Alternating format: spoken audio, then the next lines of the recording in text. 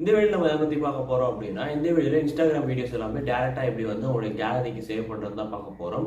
And வாங்க வீடியோக்குள்ள போகலாம். Welcome to techno Karthi.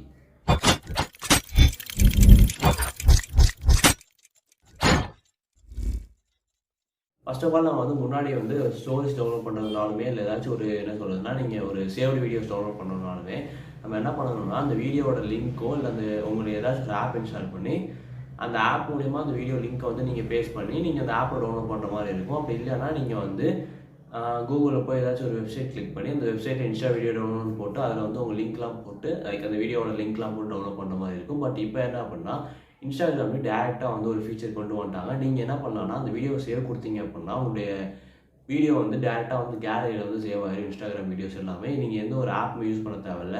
நீங்கள் என்ன பண்ணணும்னா அந்த வீடியோவோ இந்த ரீலோ வந்து நீங்கள் சூஸ் பண்ணிவிட்டு 3 டாட்ஸ் இருக்கும் இல்லையா, 3 டாட்ஸ் கிளிக் பண்ணிங்கன்னா அதில் வந்து நிறைய ஆப்ஷன்ஸ் வரும். சேவ் ஷேர் அந்த மாதிரி நிறையா வரும் இல்லையா. ஸோ அதுலேயே வந்து சேவ் டு கேமரா ரோல் அப்படின்ற ஒரு அப்டேட் தான் ஆக்சுவலாக இப்போ ரீசெண்டாக தான் விட்டுருக்காங்க. So save to camera roll அப்படின்றதா இருக்கும்.